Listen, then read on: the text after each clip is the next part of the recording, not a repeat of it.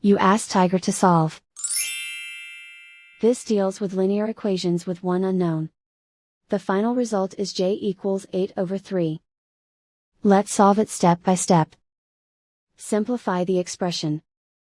Expand the parentheses. Multiply the coefficients. Simplify the arithmetic.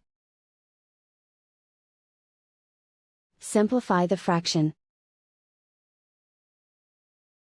Group all j terms on the left side of the equation.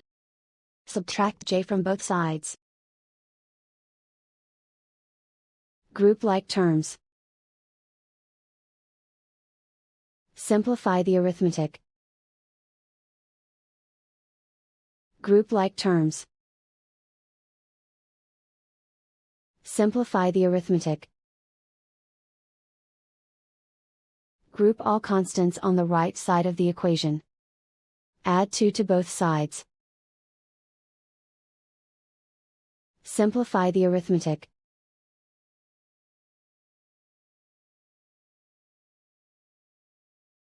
Isolate the j. Divide both sides by 3. Simplify the fraction. And so the final result is j equals 8/3.